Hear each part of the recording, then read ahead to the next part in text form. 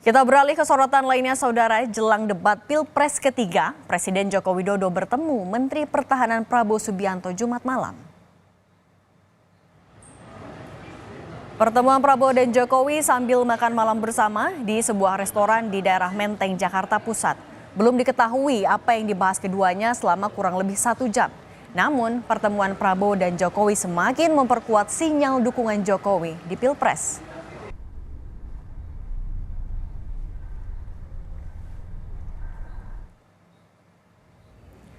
Usai bertemu Prabowo pada Sabtu paginya, Presiden Jokowi melakukan pertemuan dengan Ketua Umum Golkar Erlangga Hartarto di Kebun Raya Bogor. Jokowi sarapan dan olahraga bersama Erlangga Hartarto. Erlangga menyebut pertemuan ini sekadar membahas soal pertumbuhan ekonomi Indonesia dan Pilpres 2024.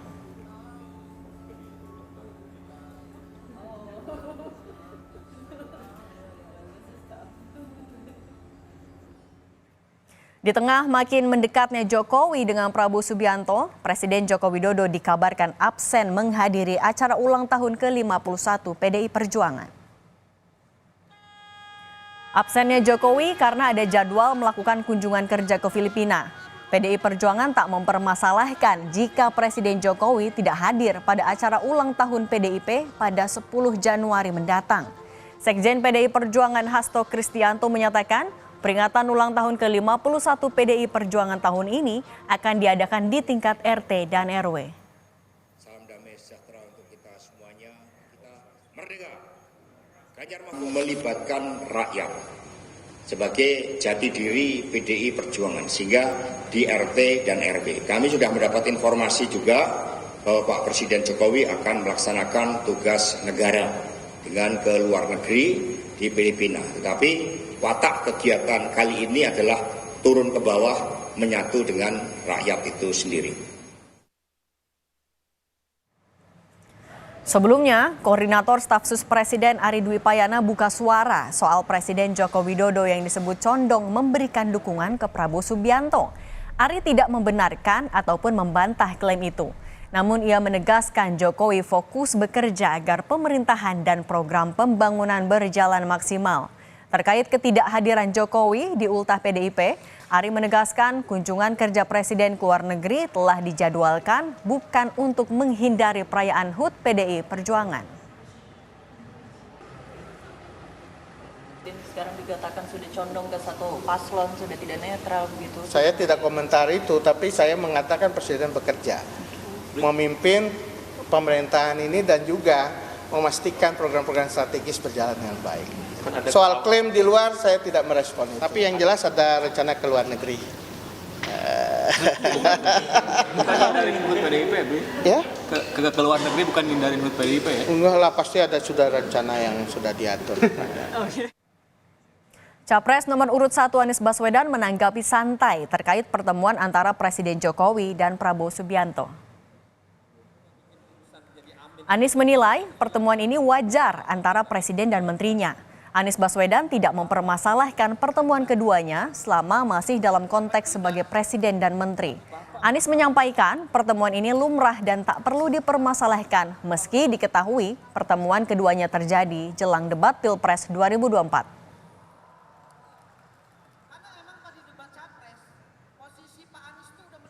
Ya kan ini Menteri dan Presiden. Jadi tidak apa-apa ya Pak? Nggak apa-apa. Ya nggak apa-apa lah. Tapi pertemuannya kan jelang debat, Ini kan di tahun politik dan juga jelang debat. Ya kalau orang bertugas, ini kan bertugas. Yang satu bertugas sebagai Presiden, yang satu bertugas sebagai Menteri, kemudian ada pertemuan, ya sah-sah saja, tidak ada masalah. Capres nomor urut 3 Ganjar Pranowo menilai pertemuan Presiden Jokowi dan calon Presiden nomor urut 2 Prabowo Subianto sudah menunjukkan keberpihakan Jokowi.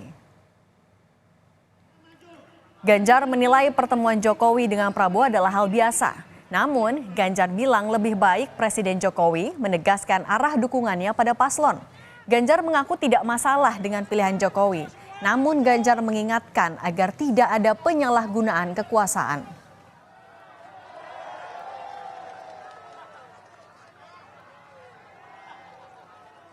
Buat saya pasti itu sudah menunjukkan sikap berpihak begitu ya. Kalau saya sih biasa saja.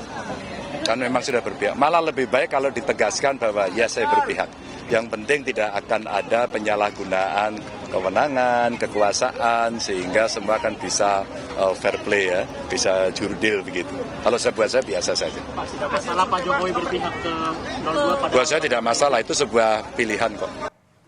Calon Presiden nomor urut 2 Prabowo Subianto menghadiri konsolidasi Partai Golkar di Stadion Pakansari, Bogor, Jawa Barat.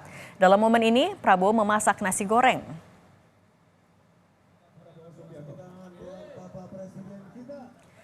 Dengan didampingi Ketua Umum Partai Golkar, Erlangga Hartarto, Prabowo menunjukkan keahliannya memasak nasi goreng Sabtu siang. Kegiatan memasak dilakukan Prabowo dalam lomba masak dengan harga terjangkau yang diselenggarakan Golkar untuk menyosialisasikan program makan siang gratis Prabowo Gibran kepada masyarakat. Erlangga menyebutkan lomba masak ini menjadi cerminan program makan siang gratis dapat direalisasikan.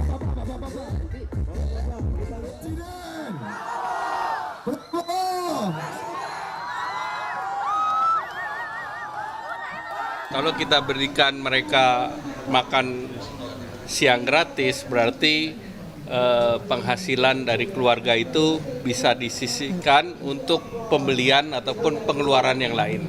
Nah, pengeluaran lain ini tentu akan mendorong konsumsi.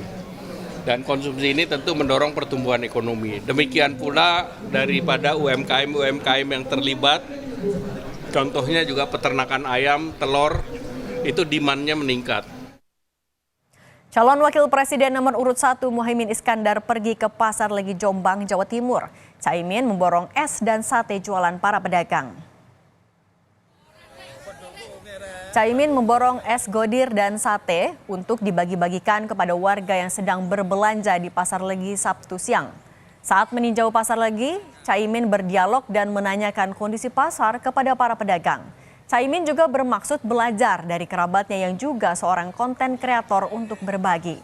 Sebelumnya Caimin juga menghadiri undangan pernikahan di Jombang.